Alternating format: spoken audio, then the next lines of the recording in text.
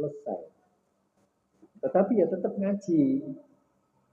Jadi nanti kalau misalnya pindah, sepertinya saya mendapatkan penjelasan lebih kuat dari yang sebelumnya saya tidak tahu, maka saya pindah ke pendapat yang satu lagi juga sama. Ya Allah, saya mendapatkan pencerahan dari penjelasan, saya mengambil pendapat ini supaya saya lebih dekat denganmu. Pokoknya intinya dekat dengan Allah. Ingin dekat dengan Allah. Maka itu caranya. Itu terkait dengan doa tadi juga demikian. Ya, bagaimana doa itu prosesnya supaya bisa meredam emosi? Maka jika kita temukan ada satu menyenangkan, yang satu menjengkelkan. Yang menyenangkan juga kita doakan, ya Allah mudah-mudahan dia istiqomah menjadi orang yang baik dan kemudian menjadikan orang lain bisa mendapatkan kesenangan atau bisa senang bersama dia. Kalau melihat orang yang Masya Allah menjengkelkan, doakan saja, ya Allah berikan petunjuknya dan mampukan dia mengikuti petunjukmu. Doa yang terbaik saja untuk semuanya itu akan meredam emosi. Karena itu akan diatur oleh di belakang ubun-ubun kita sebelum ketemu unyeng-unyeng itu apa ya? Pusaran rambut, ya. Antara pusaran rambut atau unyeng-unyeng itu dengan ubun-ubun, di sini ada pengatur. Ada sistem limbing, ada parietal system, itu yang banyak memberikan solusi atau seseorang itu menjadi emosi, solusi dari emosi atau kemudian melampiaskan emosi. Maka doa itu meredam. Ya silakan dilaksanakan. Karena begitulah Rasulullah memperlakukan musuh-musuhnya yang memusuhinya, itu juga banyak dengan doa. Nah, jadi itu yang terkait dengan doa.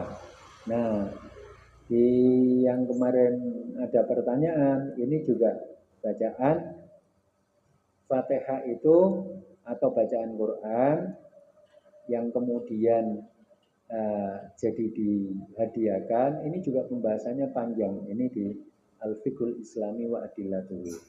Fiqhul Islam wa Adillatuhu ini ada 8 jilid. Oke.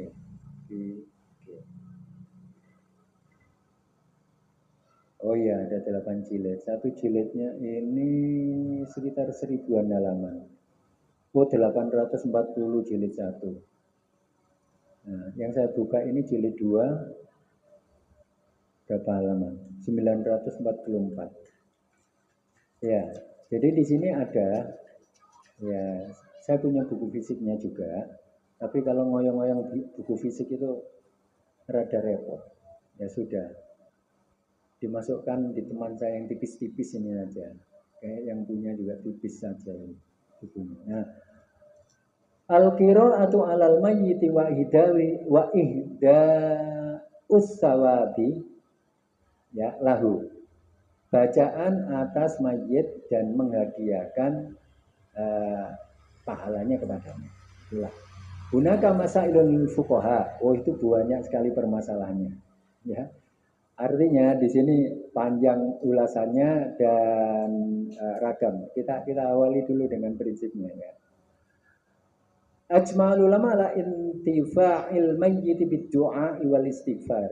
Ya, kalau kita doakan, kemudian kita mohonkan ampunan, itu ya masuk. Seperti Rasulullah mengajari Allahumma gfir lahu, Allahumma arhamhu, ya, gitu. Was sadaqah, dan juga sedekah. Wada'il wajibat al-badaniyah, untuk mengganti menunaikan ibadah secara badan. Ya. Pengikut Imam Malik al-Malikiyah allati tadkhulu an-niyabah kal haji. Ya. Ya, ini al-Maliyah bukan Malikiyah. Begitu pula ini badan, kemudian harta, yang masuk di dalamnya adalah seperti menggantikan haji, bahasa Indonesianya badal haji. Dasarnya para ulama ini ya enggak asal bunyi, asal memutuskan, ya wes gitu aja, enggak. Itu kesimpulan dari ayat walladzina ja'u min ba'dihim yaqulu. Mereka yang datang ya, dan orang-orang yang datang setelah mereka mengatakan Rabbana ighfir lana wa li ikhwanina alladzina sabaquna bil iman. Memintakan orang-orang yang terdahulu dari beriman, artinya yang sudah wafat.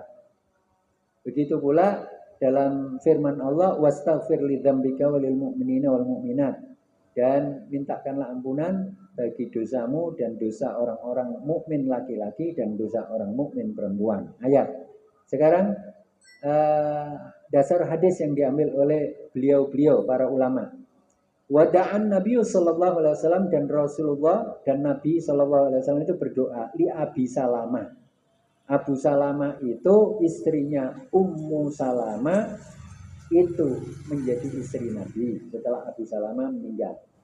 Hina mata, ketika Abu Salamah itu meninggal, ya, di kemudian hari Ummu Salamah itu dilamar oleh Rasulullah dan kemudian menjadi istri beliau. Menjadi nomor 2 setelah Aisyah yang menjelaskan tentang syariat dari kaum itu. Walil mayyitil ladzi shalla alaihi fi hadisi Auf bin Malik, ya, ini terkait dengan hadis dari Auf bin Malik, walikul limayatin shalla alaihi, kemudian seluruh mayit juga disalatkan. Sa'ala rajulun Nabi sallallahu alaihi wasallam, ada seorang yang bertanya kepada Nabi, ya Rasulullah, wahai Rasulullah, inna ummi matat, sebenarnya ibuku mati. Ya, ya saya lah. Tapi bahasanya matat ya mati, gitu. Mata mati. Fayanfa'uha in tasaddaqtu anha, apakah bermanfaat jika aku bersedekah ya untuknya? Qala na'am. Ya, ini dasarnya. Satu, riwayat Abu Dawud, ini hadis dari Sa'ad bin Ubadah. Hadis ini jalur periwayatannya sahih, kedudukan hadisnya hasan sahih menurut At-Tirmidzi dalam catatannya. Waja'at imra'atun ila Nabi sallallahu alaihi wasallam, begitu pula ada seorang perempuan lagi datang kepada Nabi, faqalat, kemudian bertanya, ya Rasulullah, wahai Rasulullah, inna faridatallahi fil haji adrokat abi saykhan kabiron. Bapakku itu sudah tua sekali, tapi dia ini sudah jatuh untuk wajib haji. Hal yasati'u ayyas duta ala rahila fa'ahajja anhu. Bisa enggak dia naik unta, ya naik pesawat, naik mobil, naik bis, kemudian dia pergi berhaji. Ya. Kemudian qala araita laukana ala abika dainun akunta qadiyatahu. Begitu pula disamakan. Jika seperti itu kemudian sudah wajib haji dan kemudian wafat, Rasulullah menyamakan, bagaimana pendapatmu jika bapakmu itu punya hutang?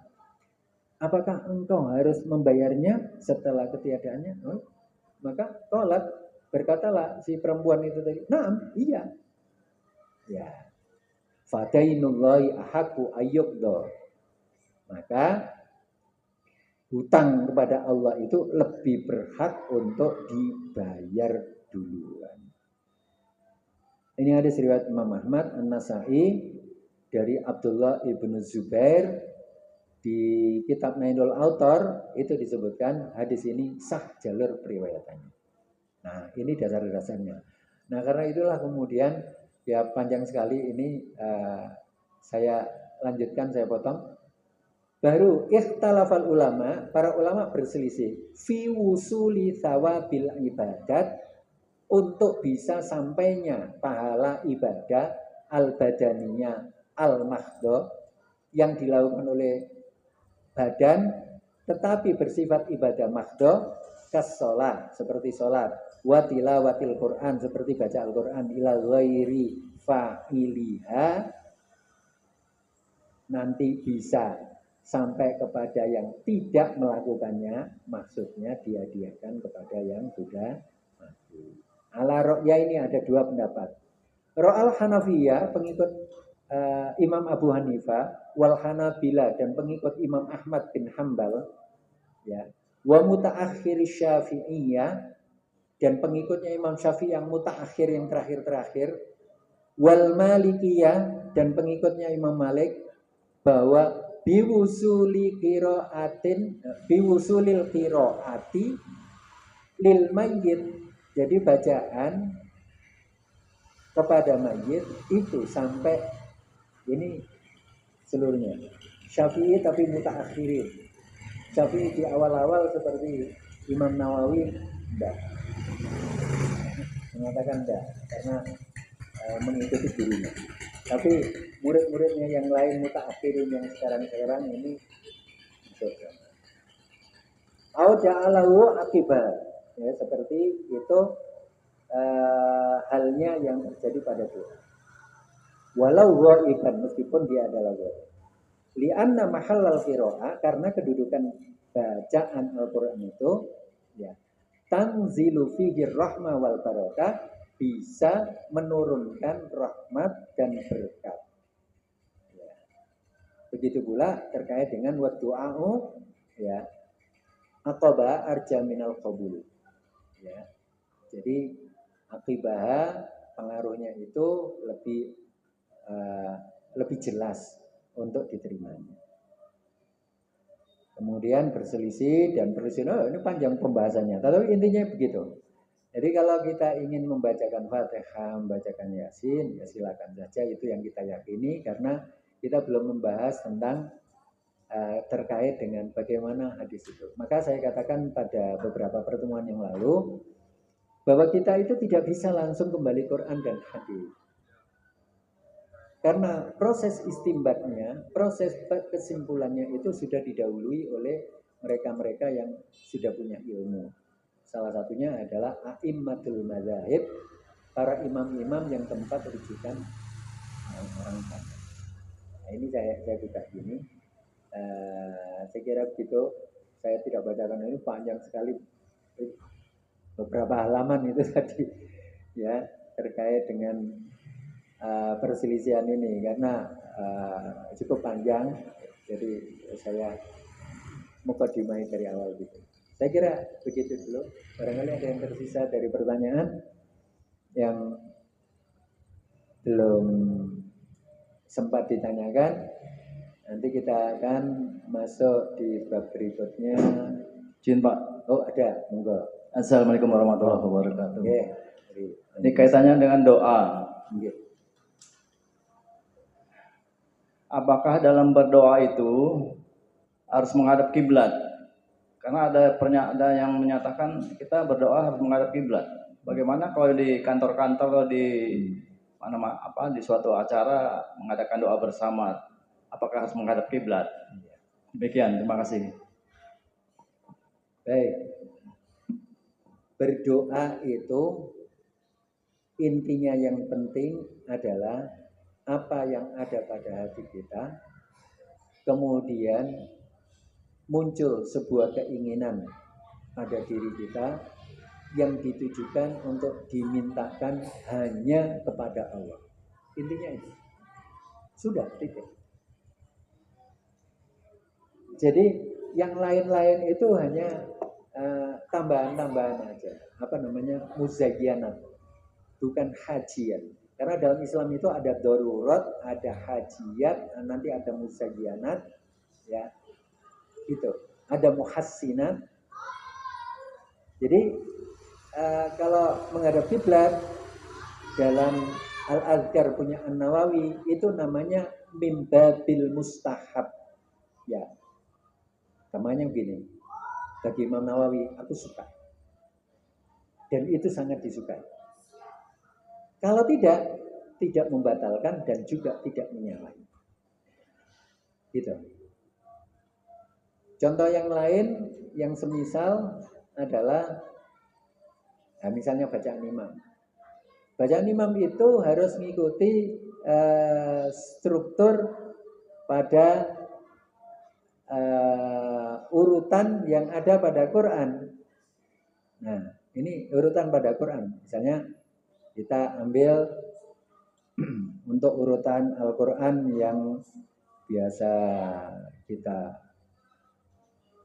gunakan ya. Jadi misalnya urutan paling mudah adalah An-Nas itu kan terakhir. Jadi kalau kita membaca An-Nas di rakaat pertama, tidak ada lagi. Setelah An-Nas apa? Habis. Jadi kalau rakaat pertama An-Nas ya rakaat kedua An-Nas gitu loh. Nah kata Imam Malik, wa hadza ma yustahabbu ala tartibi ma fil mushafi. Wa illa ya itu yang disukai, nah disukai. Jadi bukan disunahkan, disukai. Nah mustahab itu bahasanya Imam Malik. Karena itu sudah ditetapkan pada urutan tartil. Nah, bedanya dengan doa tadi, ya, contoh, Rasulullah khutbah Jumat, kiblatnya mana? Nah, di belakangnya. Rasulullah sholat istisqa, kiblatnya di mana? Di belakang Rasulullah, atau di belakang yang mengimami atau yang khutbah. Terus berdoanya membelakangi makmum. Tidak. Jadi dari situlah kemudian cara metode menyimpulkan itu banyak, harus dihadirkan, tidak bisa hanya 5-10 hadis, tidak bisa. Puluhan hadis itu dihadirkan, ditelaah, disimpulkan. Ada ayat dihadirkan.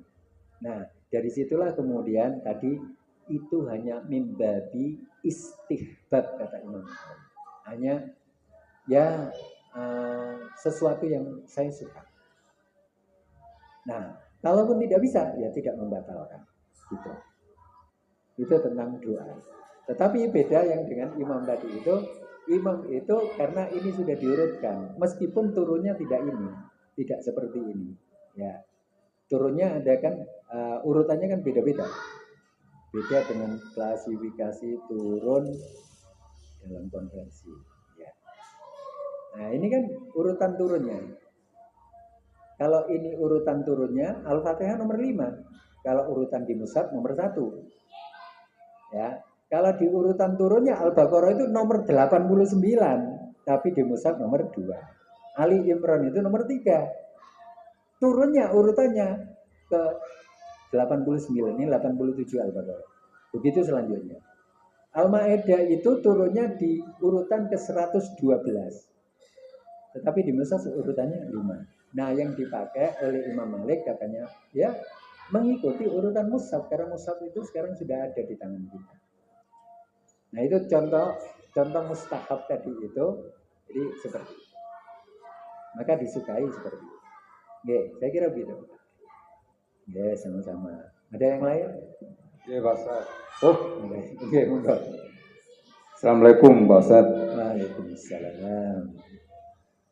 Tadi ini ada penjelasan bahwa kedudukan surat di dalam Al-Quran itu sama. Jadi yang kami tanyakan ini kan bahwa ada klausul ataupun pendapat bahwa salah satu surat, misalnya surat apa dibaca berapa kali itu fungsinya akan beda, mungkin sakti atau dan lain sebagainya. Jadi kaitannya dengan kedudukan surat dalam Al-Quran itu sama, yang dikaitkan dengan seperti itu tadi, bagaimana Pak Ustaz, mohon penjelasan. Terima kasih. Wassalamualaikum warahmatullahi wabarakatuh. Waalaikumsalam. Saya bukan apoteker dan tidak pernah kuliah di jurusan fakultas kimia. Sebelah saya apoteker, sudah dapat APT, ya sudah kuliahnya di kimia dan setelah itu dilanjutkan sebagai apoteker. Kira-kira saya atau dia yang mudah meracik obat? Ini ayat ini racikan. Kalau yang meracik saya yang tidak mengetahui tentang hal-hal yang seperti ada di dalam Al-Quran, maka kita tidak bisa meyakini seperti itu. Saya ambil contoh. Contoh mudah saja, tapi tidak usah dilakukan. Saya pesan jangan dilakukan. Ya. Di dalam Al-Quran ada enggak la haula wala quwata illa billah ucapan itu? Kira-kira saja. Ada enggak kata-kata la haula wala quwata illa billah? Kira-kira aja. Ya, kita tulis dulu. La haula, nanti jawabannya ada di sini. La haula wala, ini ada. Wala haula wala quwata. Ini enggak muncul. Wala quwwata. Quwwata. Ya. Sudah? Ini enggak muncul. Jadi sekarang yang muncul saja. Ya.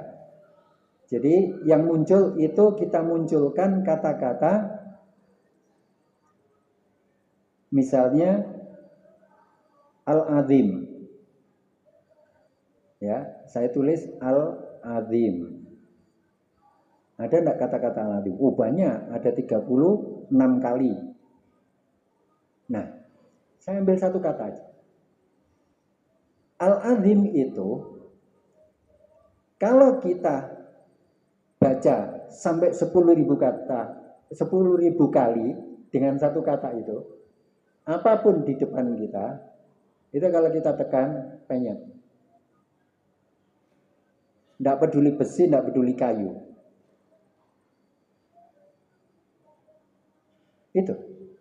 Itu baru satu kata. Belum satu ayat, belum satu surat. Satu kata. Gitu.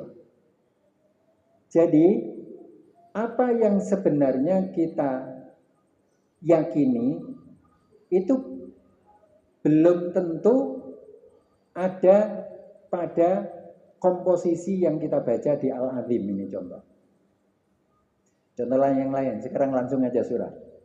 Di surat Yasin, kalau dibacakan 40 dan ditujukan pada seseorang, seseorang itu bisa tidak bisa bangun, atau kemudian dia akan dirujuk ke UGD. Inilah yang kemudian digunakan oleh mereka-mereka yang melakukan white magic. Itu. Maaf saya bicara begini ini, sekian puluh tahun yang lalu saya pelaku. Saya pelakunya. Tapi sudah saya tinggalkan ya beberapa puluh tahun yang lalu sudah. Ya beberapa puluh tahun yang lalu saya melakukan itu. Dan terjadi. Dan itu ayat Quran. Dan saya tersentak karena ketika ada pembimbing saya mengatakan waktu di perkuliahan, di konseling itu, kemudian menyebutkan tentang keagungan ayat itu, lah kenapa ayat itu hanya untuk seperti itu? Karena itu fungsi dari ayat itu yang bisa betul-betul mengetahui komposisi dan dilakukan itu aman, nanti berfungsi untuk selama-lamanya hanya satu. Jika itu muncul dari lisannya utusan Allah bernama Muhammad bin Abdullah saja. Selebihnya akan dipakai oleh ifrit dan antek-anteknya. Contoh tadi itu, al-azim sampai 10.000 kali. Jangankan HP, batu itu penyet dengan 2 jari. Penyet. Kalau batu penyet kan pecah.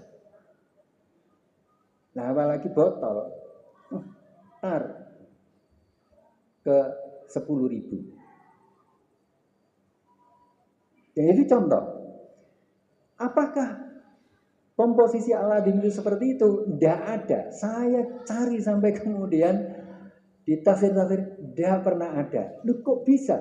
Inilah yang kemudian dimanfaatkan oleh antek-anteknya ifrit, antek-anteknya iblis. Sehingga misalnya kalau tangan saya ini maka dikuatkan, tidak tahu berapa setan yang bersamanya itu pecah. Hanya 2 jari loh. Dan yang dipakai Al-Azim sebagai wiritan. Allah karim saya gini, Masya Allah. Luar biasa. Sesatnya. Nah itu nah maka Al-Quran dengan segala struktur keseluruhannya per surat, ya kalau Allah memberikan misalnya keutamaan Al-Fatihah, ya sudah, ya itu kita gunakan. Al-Baqarah ayat yang paling panjang, isi ayatnya yang paling panjang ini dipakai untuk mendinginkan rumah.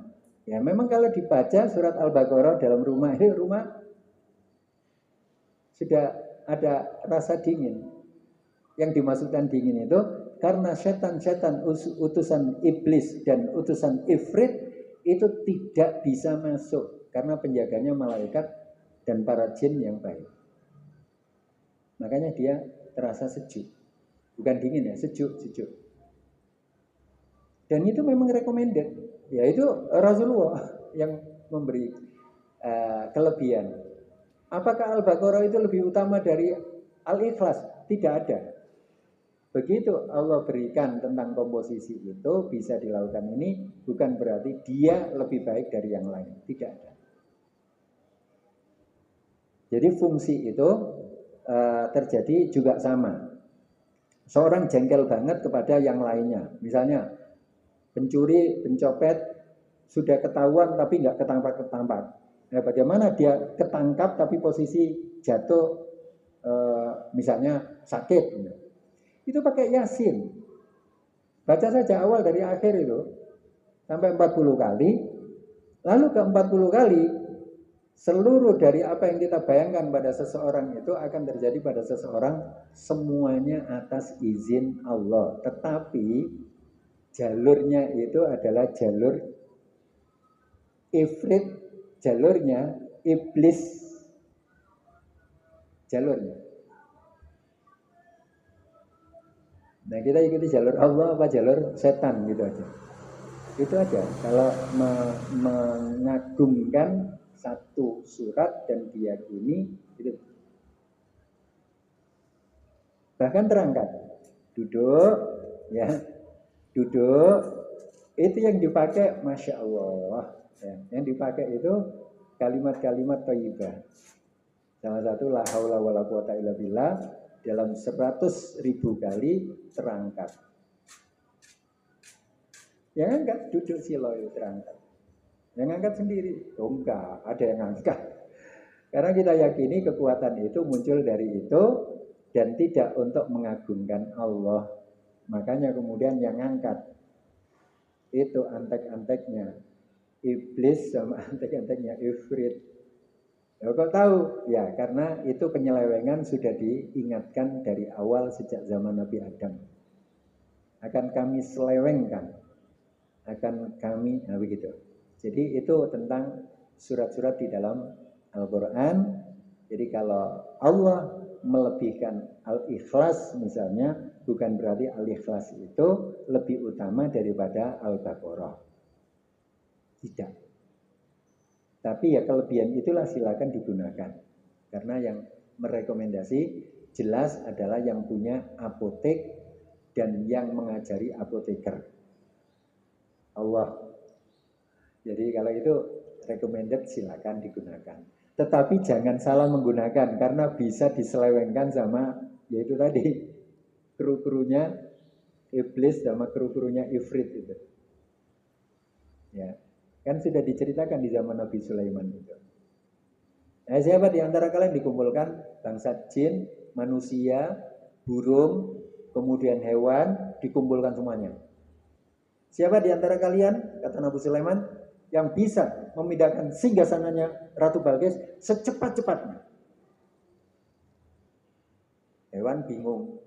Burung apalagi bingung. Gimana ini? Ifrit angkat tangan kemudian. Wa qala ifritum minal jinni. Ya. Saya, seberapa cepat engkau duduk sebelum berdiri sudah pindah. Ada lagi? Ternyata yang menang tendernya manusia.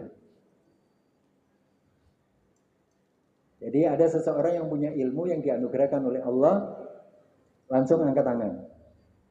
Saya wahai raja, ya engkau, seberapa cepat? Engkau memejamkan mata sebelum kedip, memejamkan mata sebelum buka, sudah pindah. Wah, kalau cepat ifrit.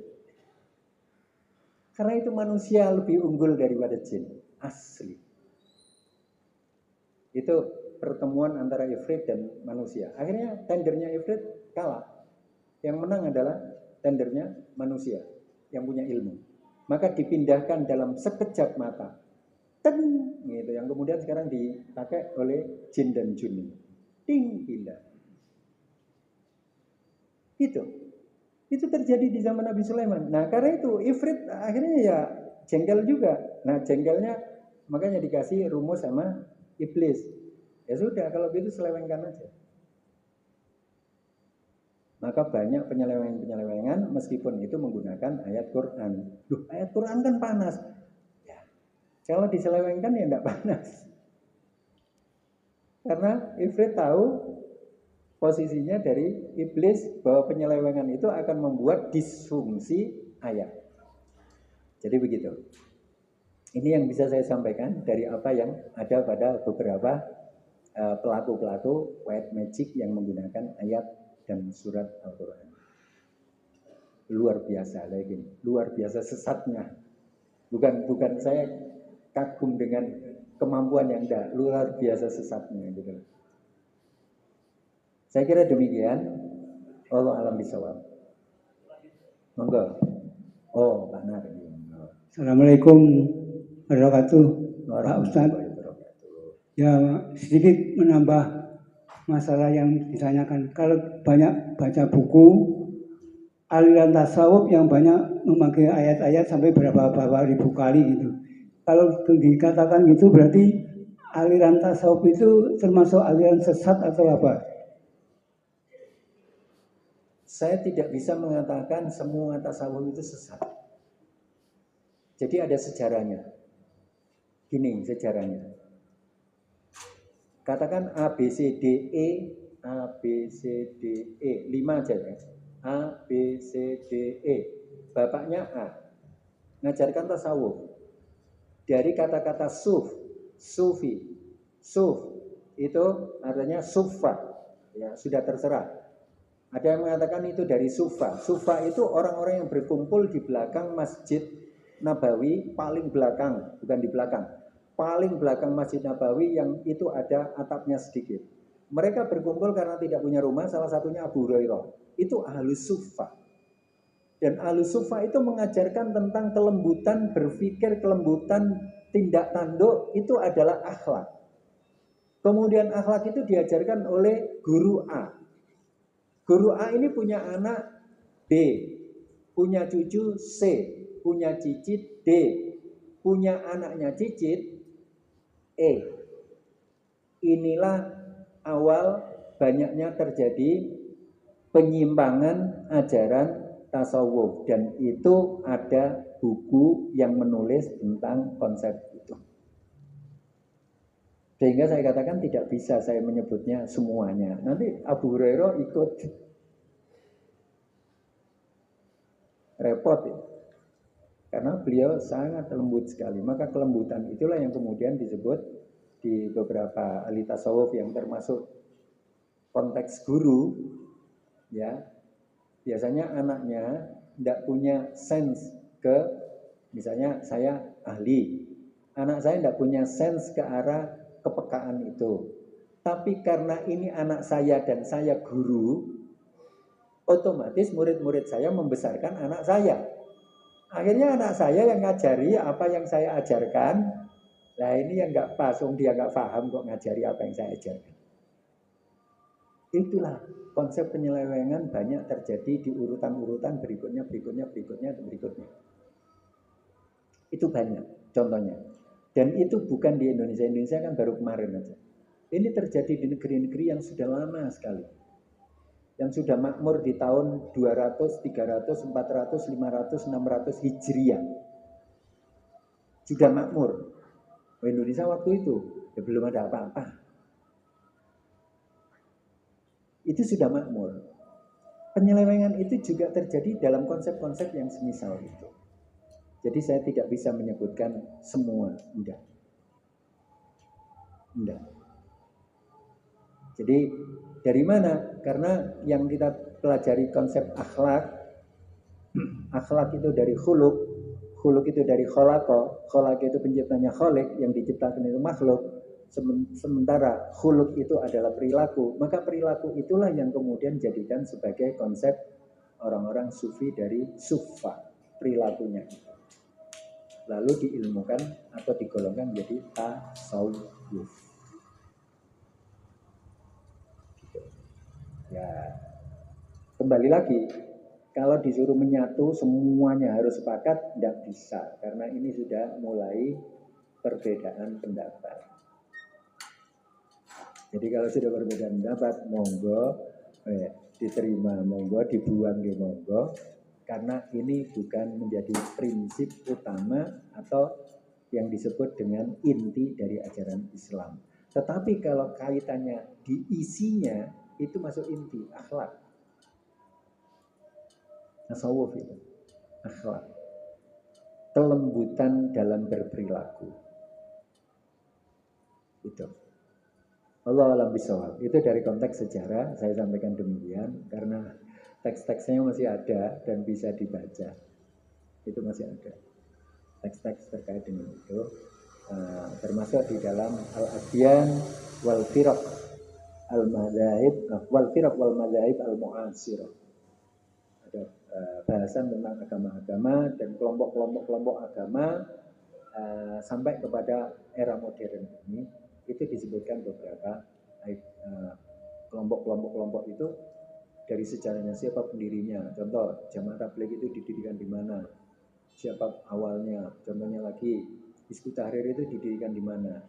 Ya, kalau Jamaah Tabligh kan di wilayah India, kalau Hizbut Tahrir di wilayah Jordan. Ikhwanul Muslimin itu didirikan di mana? Nah, itu terus sampai nanti misalnya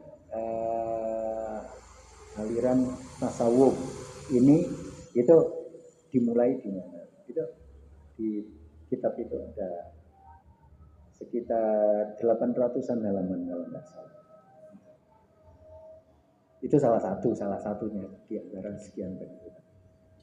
Begitu Pak. Oke, itu kaitannya dengan interaksi kita. Nah, nanti kita lanjutkan interaksi kita dengan masyarakat akan lebih banyak lagi yang bisa kita diskusikan. Kita akhiri dulu. Subhanakallahumma rabbana bihamdika asyhadu an la ilaha illa anta astaghfiruka wa atubu ilaik. Mohon maaf hadanallahu wa iyyakum ajmain. Assalamualaikum warahmatullahi wabarakatuh.